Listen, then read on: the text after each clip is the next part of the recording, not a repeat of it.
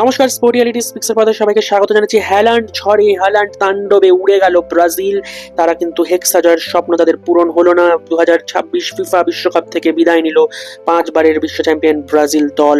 Haaland তাণ্ডবে উড়ে গেল, দুটো অসম্ভব দারুণ গোল করলেন এবং তাণ্ডব করলেন পুরো ব্রাজিলের বক্সে। অসাধারণ খেললেন আর্লিং হ্যালান্ড, তারও হয়ে গেল 7টা গোল এবং মেসি এমবাপ্পেদের সাথে একই লাইনে দাঁড়িয়ে রয়েছেন আর্লিং হ্যালান্ড। নরওয়ে ফুটবলের জন্য একটা বিশাল অ্যাচিভমেন্ট এবং তাদের man of the moment, man of the country হচ্ছেন আর্লিং হ্যালান্ড। তাদের অসম্ভব সেই ভালো ভাইকিং সেলিব্রেশন হবে এবং নরওয়ের কাছে একটা বিশাল অ্যাচিভমেন্ট, যেটা বললাম 28 বছর পর বিশ্বকাপে এসে তারা পৌঁছে গেল কোয়ার্টার ফাইনালে এবং হারিয়ে দিল ব্রাজিলকে 2-1 গোলে এবং বিশ্ব চ্যাম্পিয়ন 5 বারের বিশ্ব চ্যাম্পিয়ন ব্রাজিলকে আউট করে পৌঁছে গেলেন নরওয়েকে নিয়ে। হ্যালান্ড চলে গেলেন কোয়ার্টার ফাইনালে। এটা শুধু হ্যালান্ডের একার জয় বলতে হবে। অসাধারণ খেললেন, নরওয়েকে জেতানোর পেছনে শুধু তারই হাত রয়েছে এবং অবশ্যই তাদের গোলকিপার নিল্যান্ডের অসাধারণ সব সেভ দিলেন এবং জেনুইন সব গোল সেভ দিলেন। এবং গুয়ামারেজের প্রথমে পেনাল্টি মিস, সেটা কতটা ভাইটাল হয়ে গেল, কস্টলি হয়ে গেল, সেটা ম্যাচ শেষে বোঝা যাচ্ছে। এবং ভিনিসিয়াস জুনিয়র না নিয়ে, মার্তিনেলি কুনহারা না নিয়ে কেন গুয়ামারেজকে দিয়ে নেওয়ালেন পেনাল্টিটা, সেই নিয়ে কিন্তু প্রশ্ন উঠবে।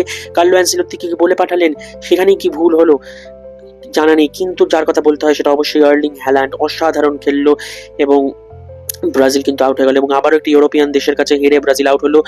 1998-তে ফ্রান্স, 2006-এ ফ্রান্স, 10-এ নেদারল্যান্ডস, 14-এ জার্মানি, 18-এ কিন্তু বেলজিয়াম, 22-এ ক্রোয়েশিয়া এবং 2026-এ কিন্তু নরওয়েকে কোনোদিনও বিশ্বকাপে ব্রাজিল হারাতে পারেনি। আবারও সেই রেকর্ড কিন্তু অব্যাহত থাকলো এবং ব্রাজিলের এই ডিফেন্স মিডফিল্ড নিয়ে ব্রাজিল খুব একটা বেশি দূর যেতে পারতো না ঠিকই, এবং এই খেলা নিয়ে তাই আউট হয়ে গেছে। হয়তো ভালোই হলো একদিক দিয়ে বলা চলে, কারণ যা ব্রাজিল খেলছিল এটাকে অঘটন বলা যায় না, বরঞ্চ বলতে হয় এটা শুধু হ্যালান্ডের জয়কার। হ্যালান্ড অসাধারণ খেললেন এবং একা বললাম যেটা নরওয়েকে তিনি কিন্তু তুলে নিয়ে যাওয়ার পেছনে কারণ। এবং ব্রাজিলের অজস্র গোল মিস, এন্ড্রিকের ওপেন চান্সে ওপেন গোল মিস, নিল্যান্ডের অসাধারণ সব সেভ এবং প্রথমেই যেটা গুয়ামারেজের পেনাল্টি মিস, সেটাই কিন্তু কস্টলি হয়ে গেল। শেষে একটা ব্রাজিল পেনাল্টি পেল ঠিকই, কিন্তু সেটা টু লেট হয়ে গেছিল এবং নেইমার নিলেন এবং নেইমার গোলটা করলেনও। কিন্তু প্রথমে যদি ভিনিসিয়াস গোলটা করতে পারতেন, গুয়ামারেজের বদলে পেনাল্টি নিতে, তাহলে তো খেলাটা ডিফারেন্ট হতো। ব্রাজিলের অজস্র চান্স মিস এবং নেইমারের শেষের গোলটা করা সত্ত্বেও কিন্তু সান্ত্বনা পুরস্কার। ব্রাজিলের হেক্সার স্বপ্ন পূরণ তো হলোই না এবং নেক্সট রাউন্ডে যাওয়া হলো না। এবং কার্লো অ্যানসেলোত্তির স্ট্র্যাটেজির ওপরই ভরসা ছিল এতদিন ডন কার্লো, কিন্তু সেই কার্লো অ্যানসেলোত্তির স্ট্র্যাটেজি বোধহয় আজকে ডোবালো। নেইমারকে তিনি নামাতে অনেক দেরি করে ফেললেন আজকে ইম্পর্টেন্ট ম্যাচে এবং এন্ড্রিকের জায়গায় সেই সময় নেইমারকে নামানো উচিত ছিল, বা প্রথম থেকেই হয়তো নেইমারকে আজকে খেলানো উচিত ছিল।